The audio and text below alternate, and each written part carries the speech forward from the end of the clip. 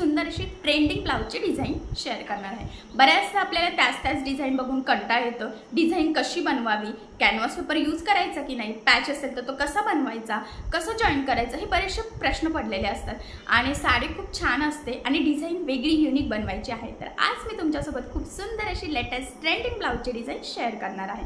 तर बघा, ही जी काही डिझाईन आहे त्याची कटिंग आणि स्टिचिंग दोन्ही पण मी तुम्हाला अतिशय सावकाश स्टेप बाय स्टेप आणि खूप काही महत्त्वाच्या टिप्स अँड ट्रिक्स सांगणार आहे, जेणेकरून हा व्हिडिओ बघून तुम्हाला अशी छानशी लेटेस्ट ट्रेंडिंग ब्लाउज डिझाईन सहज बनवता येईल। एवढंच नाही तर या डिझाईनमुळे आपल्या साडीला आणि ब्लाउजला इतकं सुंदर लुक येईल, कारण की बऱ्याचदा साडीचं लुक हे आपल्या ब्लाउजवर डिपेंड असतं। ब्लाउज कुठल्या पॅटर्नचा आहे, डिझाईन कशी आहे, ह्या सगळ्या गोष्टी। सो त्यासाठी मग तुम्हाला नक्कीच म्हणजे फायदा होईल की ही डिझाईनमुळे तुम्हाला ब्लाउज कसा असावा किंवा साडीला लुक येण्यासाठी तुम्ही डिझाईन कशी बनवू शकता, तर याची नक्कीच आयडिया येईल आणि ही आयडिया तुम्ही तुमच्या कस्टमरला सुद्धा देऊ शकता। म्हणजे नक्कीच तुमचे कस्टमर सुद्धा खुश होतील आणि कस्टमर तुमचे फिक्स होतील, ते अजून वाढतील सुद्धा। ठीक आहे, चला मग आता वेळ न घालवता आपण आपल्या आजच्या छानशा व्हिडिओला सुरुवात करूयात आणि हा व्हिडिओ तुम्ही स्किप न करता पुन्हा नक्की बघा, जेणेकरून हा व्हिडिओ बघून डिझाईन कशी बनवावी सोप्यात सोप्या पद्धतीने, तर हे तुमच्या सहजच लक्षात येईल। ठीक आहे, तर हे बघा, इथे तुम्ही बघू शकतात की हे आहे ब्लाउज पीस आणि खरं तर आपण याचा अस्तर आणि मेन फॅब्रिक असं दोन्हीचा बॅक पार्ट इथे करून घेतलेला आहे। आणि सगळ्यात आधी आता मी तुम्हाला याचं मेजरमेंट कसं आहे ते सांगते, म्हणजे तुम्हाला तुमच्या मापानुसार या डिझाईनसाठी कशा पद्धतीने कटिंग स्टिचिंग करावी तर हे सहजच लक्षात यावं यासाठी। तर बघा, मग हा जो काही ब्लाउज आहे तर या ब्लाउजची जी काही उंची आहे तर ती आहे 13, 1 इंच मार्जिन, असं टोटल आपण इथे 14 इंचाला मार्किंग करून घेतलेली आहे। त्यानंतर इथे आपण 2.5 इंचाची गळा रुंदी आणि 5.5 शोल्डर अशी मार्किंग केलेली आहे। एवढंच नाही, त्याचा जो काही मुंडा आहे तर तो सुद्धा खरं तर आपण इथे 5.5 इंचाचा घेतलेला आहे। 1.5 ला मार्किंग करून बॅक साईडच्या मुंड्याचा शेप सुद्धा ड्रॉ केलेला आहे। त्यानंतर इथून छातीचा चौथा भाग अधिक 1.5 किंवा 2 इंच मार्जिन, तर अशा पद्धतीने छातीची घडीची मार्किंग करून हा बॅक पार्ट आपण कट करून घेतलेला आहे। सो सगळ्यात आधी जी काही गळ्याची मार्किंग आहे तर ती आपण अस्तरच्या बॅक पार्टवर करणार आहोत।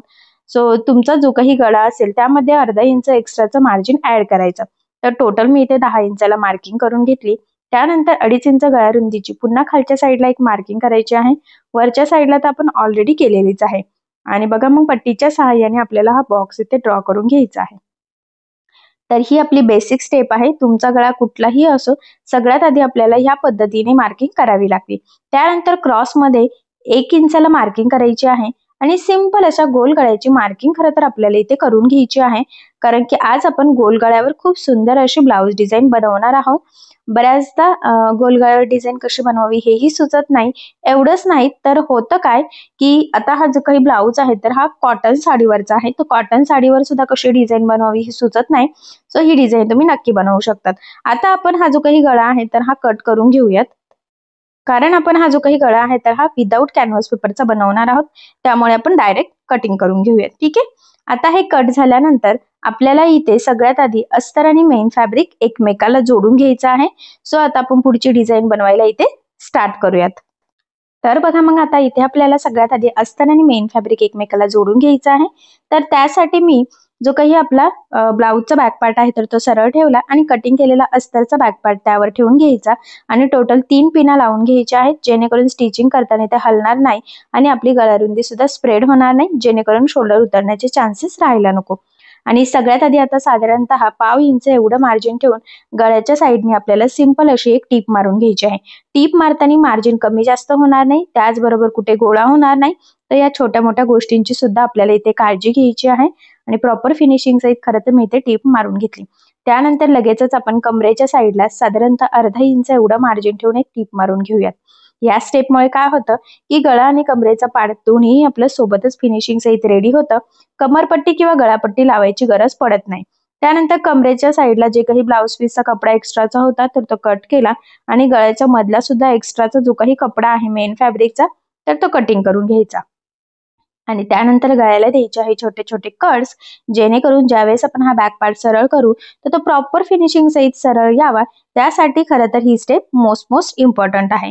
आणि आता आपण हा बॅक पार्ट इथे सरळ करून घेऊयात। तर बघा, मग सरळ करताना तो अलगद सरळ करायचा आहे। त्याचबरोबर गळ्याच्या साईडला आणि कमरेच्या साईडला व्यवस्थित तो सेट करून घ्यायचा आहे। आणि सगळ्यात आधी आता आपल्याला गळ्याच्या साईडला द्यायची आहे दाबटीप। तर बघा मग आता इथे दाबटीप देताना काळजी घ्यायची आहे की आपला जो काही आतला अस्तरचा कपडा आहे तर तो वरती दिसायला नको, जेणेकरून आपली फिनिशिंग बिघडणार नाही. सो फिनिशिंग साठीची ही टीप खूप महत्वाची आहे, तर ही तुम्ही आवर्जून फॉलो करायची आहे. सो बघा मग किती छान प्रॉपर फिनिशिंग सहित आपला इथे गळा रेडी झालेला आहे. कंटिन्यू लगेचच आपण कमरेच्या साईडला सुद्धा दाबटीप देऊयात आणि इथे सुद्धा आतला अस्तरचा कपडा वरती दिसणार नाही याची काळजी घ्यायची आहे. सो फिनिशिंग साठीच्या ज्या काही टिप्स अँड ट्रिक्स सांगत आहे मी संपूर्ण डिझाईन स्टिच करताना, तर त्या तुम्ही आवर्जून फॉलो करायचे आहे. ठीक आहे. आता आपण इथे बघा अस्तर आणि मेन फॅब्रिक कडेकडेने जोडून घेऊयात. आता हे जोडताना जेवढं शक्य आहे तेवढं कमीत कमी मार्जिन इथे आपल्याला पकडायचं आहे, कारण हे मार्जिन आपण कटिंग करताना कुठेही कॅल्क्युलेट केलेलं नसतं.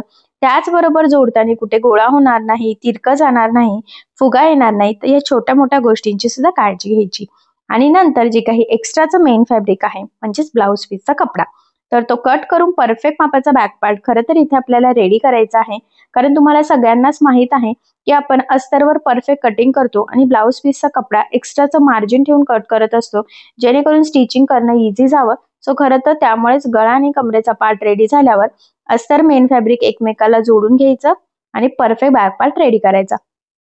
खरं तर इथे मी सेंटर पॉईंटची सुद्धा मार्किंग करून घेतलेली आहे आणि आता साडीला मॅचिंग असा कॉन्ट्रास्ट रेड कलरचा कपडा मी इथे घेतलेला आहे आणि याचे आपल्याला छोटे छोटे चौकोन कट करायचे आहे. तर 1.5 बाय 1.5चा हा चौकोन आहे असं म्हटलं तरी चालेल. जर तुम्हाला थोडेसे मोठे बनवायचे असेल तर तुम्ही 2 बाय 2 किंवा 2.5 बाय 2.5चे पण घेऊ शकतात. पण मी इथे एकदम 1.5 बाय 1.5चेच घेतलेले आहे, कारण इथे मला खूप मोठे नकोय, मीडियम साईजचेच पाहिजे नाही, म्हणजे बऱ्यापैकी छोटेच हवे आहेत. सो बघा मग बरोबर मी खरं तर इथे अंदाजेच कट केलेले आहेत.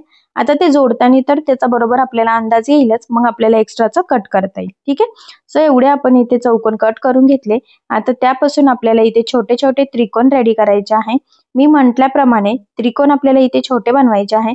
जर ते तुम्हाला साईज मध्ये मोठे हवे असतील तर तुम्ही थोडेसे मोठे चौकोन इथे कट करू शकतात. आणि खरं तर आता सेम ह्याच पद्धतीने आपल्याला उरलेले सगळे त्रिकोण इथे रेडी करून घ्यायचे आहे. त्याचबरोबर खालच्या साईडला तुम्हाला थोडंसं वरखाली कपडा दिसत असेल तर तो सुद्धा आपण नंतर कट करणार आहोत. खरं तर आता आपण हे कंटिन्यू डायरेक्ट बनवत आहोत. जर एक एक बनवत एक एक कट करत गेलो तर त्यामध्ये खूप सारा टाइम जातो. सो त्यामुळे काय करायचं की कंटिन्यू लगेचच ते पटपट सगळे रेडी करून घ्यायचे आणि त्यानंतर आपण कट करून ते सेपरेट करून घेऊ शकतो. तर बघा मग खरं तर इथे कट करून सेपरेट पण केलेले आहेत आणि त्यानंतर जे काही थोडंफार किंचितचं खालच्या साईडला एक्स्ट्राचं असेल तर ते सुद्धा कट केलेलं आहे, जेणेकरून ते छान असे प्रॉपर फिनिशिंग सहित रेडी व्हावे यासाठी. कारण हे जर फिनिशिंग सहित रेडी असेल तरच आपली पुढची डिझाईन सुद्धा फिनिशिंग सहित रेडी होईल.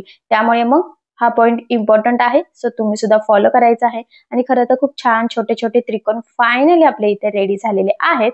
आणि आता आपण हे त्रिकोण ब्लाउजला लावायला सुरुवात करूयात. तर ते कसे कुठे लावायचे ते हे पुढे तुमच्या नक्कीच लक्षात येईल.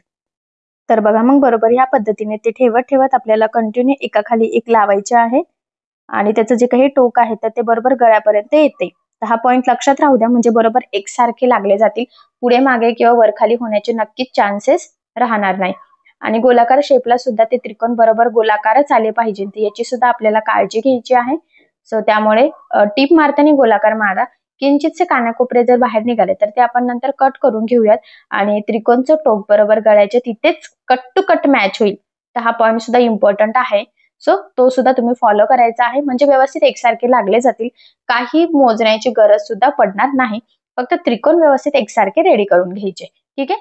सो बघा मग बरोबर आपण एकदम प्रॉपर फिनिशिंग सहित खरं तर गळ्याच्या साईडला हे त्रिकोण लावून घेतलेले आहे.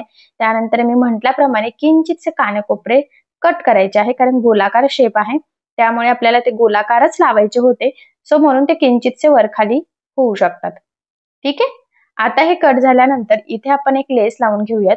खरं तर इथे तुम्ही तुमच्या आवडीनुसार कुठलीही लेस यूज करू शकतात, बट मी सिंपल गोल्डन कलरची लेस यूज करणार आहे. त्याआधी बॅक साईडला टक्स टाकते. सो सेंटर पासून 4.5 आणि उभं 4 इंचच्या टक्सची मार्किंग केली आणि ह्या पद्धतीने तिरका टक्स टाकायचा आहे. स्टार्टिंगला बरोबर डबल टिप देऊन लॉक करायचं आहे. एवढंच नाही तर पूर्ण टक्सला सुद्धा डबल टिप द्यायची आहे, जेणेकरून टक्स लवकर खराब होणार नाही. अर्थातच आपला ब्लाउज सुद्धा लवकर खराब होणार नाही. ठीक आहे. सो बघा मग लेस लावण्याच्या आधीच खरं तर आपण इथे मी म्हटल्याप्रमाणे टक्स टाकून घेतलेले आहेत आणि मी सिंपल अशी गोल्डन लेस यूज करणार आहे. तुम्ही तुमच्या आवडीनुसार कुठलीही लेस इथे यूज करू शकता. त्याचबरोबर महत्वाचा पॉइंट म्हणजे मॅचिंग धागा होऊन घ्यायचा आहे. हे मी नेहमीच पुन्हा पुन्हा सांगत असते, कारण बऱ्याचदा आपल्याला खूप कंटाळा येतो धागा चेंज करायचा. खरं तर खालचा नाही करायचा, फक्त वरचा चेंज करून घ्यायचा, तरी सुद्धा मग प्रॉपर असं फिनिशिंग सहित आपलं रेडी होईल.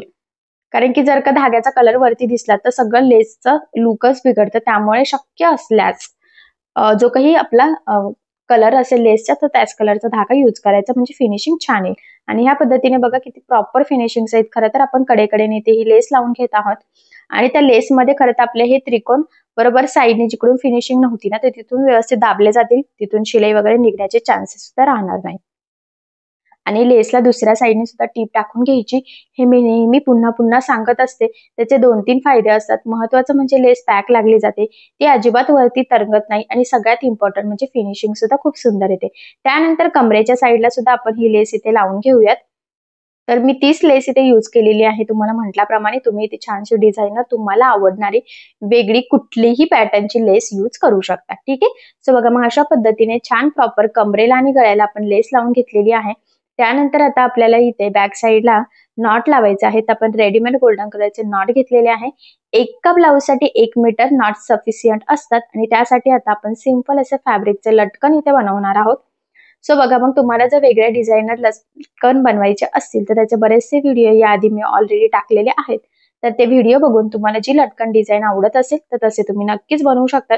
बट इथे मी सिंपलच बनवून घेणार आहे. तसं जर तुम्हाला वाटलं तर तुम्ही रेडीमेड सुद्धा इथे यूज करू शकतात. सो बघा अशा पद्धतीने जोडलं, त्यानंतर ह्या पद्धतीने फोल्ड करायचं आहे आणि रेड कलरचा छोटासा एक त्रिकोण आपण खरं तर इथे यूज करणार आहोत. तर त्यामध्ये ते बरोबर एक ठेवायचं आहे. बघा त्यामध्ये नॉट टाकायची आणि ते ह्या पद्धतीने फोल्ड करून डबल टिप खरं तर द्यायची आहे, जेणेकरून तिथून शिलाई निघायला नको. कारण की शिलाई निघली की ते लवकर खराब होतं. आणि बघा किती छान सिंपल छोटंसं लटकन आपण इथे खरं तर रेडी करून घेतलेलं आहे. सेम त्याच पद्धतीने दुसऱ्या साईडला सुद्धा आपण लटकन रेडी करून घेऊयात. आणि सिंपल त्रिकोणी जर तुम्हाला बनवायचं असेल तर तुम्ही बनवू शकतात, किंवा हे जोडताना तुम्हाला मध्ये रेड कलरचं छोटंसं त्रिकोण टाकायचं नसेल तरी सुद्धा चालेल, काही प्रॉब्लेम नाही. खरं तर ते तुमच्यावर डिपेंड आहे, पण मी किंचितसं थोडंसं टाकलेलं आहे जेणेकरून ते आपल्या ब्लाऊज डिझाईनला मॅच व्हावं खरं तर यासाठी. कारण की रेड ब्लॅक कलरचं कॉम्बिनेशन छान दिसतंय. आणि वरच्या साईडने 2.5 ते 3 इंच खाली ही नॉट लावायची आहे. एक साईडला लावली की 30 नॉट दुसऱ्या साईडला सुद्धा मार्क करून घ्यायची, जेणेकरून दोन्ही पण नॉट व्यवस्थित एकाच लेवलमध्ये लागले जावे. खरं तर त्यासाठी ही स्टेप मोस्ट इम्पॉर्टंट आहे. आणि सो फायनली बघा किती छान लेटेस्ट ट्रेंडिंग अशी आपली ही ब्लाउज डिझाईन रेडी झालेली आहे. सो बघा मग फायनली गोल गळ्यावर कॉन्ट्रास्ट कलरचा कपडा यूज करून आपण झटपट तयार होणारी खूप सुंदर अशी ब्लाउज डिझाईन इथे रेडी करून घेतलेली आहे.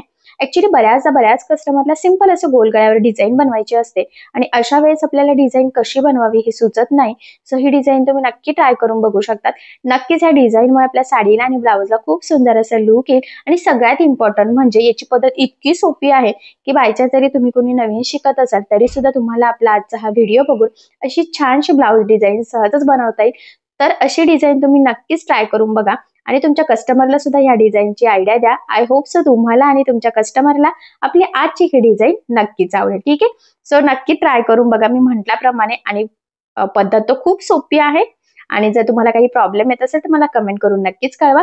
मी तुमच्या प्रश्नाची उत्तर देण्याचा नक्कीच प्रयत्न करेन. ठीक आहे. तर बघा मग फायनली खूप सुंदर अशी डिझाईन आपली तयार झालेली आहे.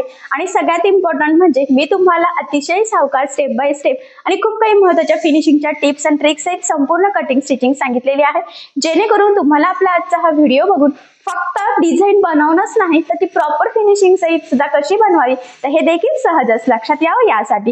त्याचबरोबर अशी डिझाईन तुम्ही नक्की बनवून बघा. नक्कीच ह्या डिझाईनमुळे आपल्या साडीला आणि ब्लाऊजला खूप सुंदर असं लुक येईल. आणि आय होप सो तुम्हाला आणि तुमच्या कस्टमरला ही डिझाईन सहजच आवडेल. सो नक्की ट्राय करून बघा. आणि जर तुम्हाला यामध्ये काही प्रॉब्लेम येत असेल तर मला कमेंट करून नक्कीच कळवा.